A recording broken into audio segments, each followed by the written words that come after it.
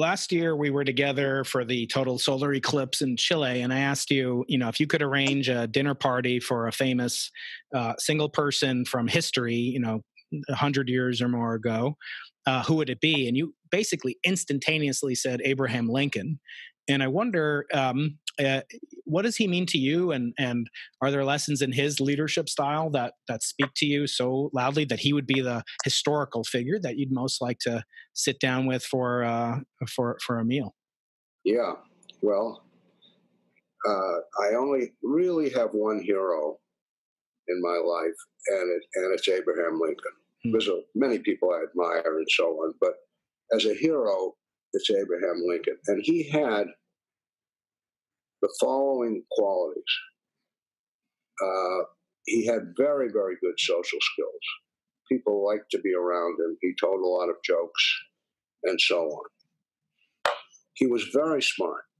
He was very smart. In his before he became president, he decided to study Euclidean geometry and understand that much mathematics, just on his own, because he was just curious.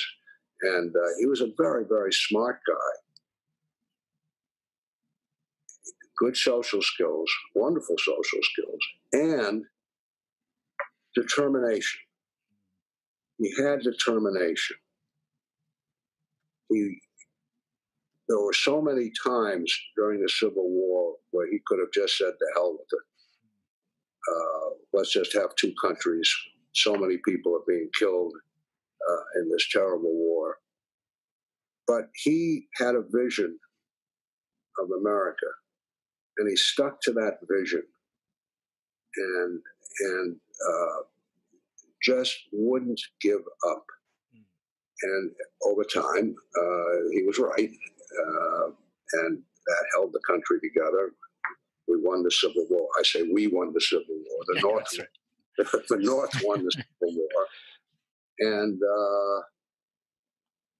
and then he got, with great effort, the amendment passed, which abolished slavery in the United States. Yes. And that was very difficult to get passed, but he knew he had to get it passed before the war was over, and there were a lot of Southerners now back in the Congress, and it wouldn't get passed. And he said to his guys, he said, "This is very important. I want you to go out and do everything you can, twist every arm, give people this or that if they feel they need it. I'm the president of the United States. I'm imbued with great power. Use that power and get this amendment passed." And it worked. Yeah. So I think he was just a great man in every respect. If I'm not mistaken, the poem "Oh Captain, My Captain," which has the title Captain from your book that you mentioned earlier, is written about Abraham Lincoln. Speaking of books and Abraham Lincoln, is there any book or biography of Lincoln that you recommend, or story about him by any author? I've read at least 4 biographies of Lincoln. Which ones did you like? I can't remember any of the names. I'm terrible at names. But there's one called "Team of Rivals," that by Doris Kearns Goodwin. That's right. That's it. Okay. Team of Rivals. Mm-hmm. That's the most recent, interesting semi-biography of him, because it was about the other people on his cabinet. But that was an example. These people had wanted to be president, at least a couple of them, and he said, "Look, you're the best guys around. I want you on my cabinet." And they came. And at a certain point, not too late in the game, Stanton became the Secretary of War. They called it the Secretary of War, replacing a poor choice that he had made for that position. So that guy left, and Stanton came in and got to know Lincoln. Now, he had met Lincoln years earlier.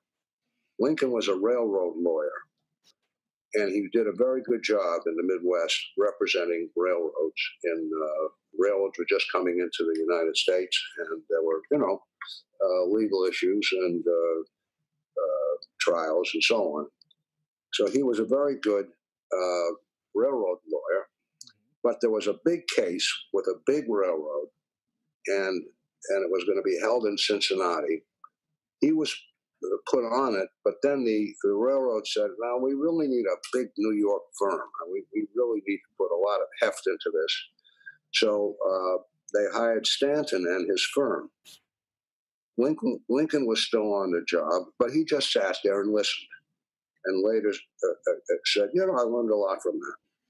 But Stanton and his team, they just thought this guy was a dope. He just sat there, he didn't say anything, whatever. And later, when he became in Lincoln's cabinet and understood who Lincoln was, he was quoted as saying, "None was so wrong than we in Cincinnati." Mm. So, because that's what the trial was held. Right. And so Stanton, so his cabinet, really adored him, or maybe adored is a too strong word, but sounds too lovey-dovey, but admired him. And he was just a great man. I could go on and on about Lincoln, but Yeah.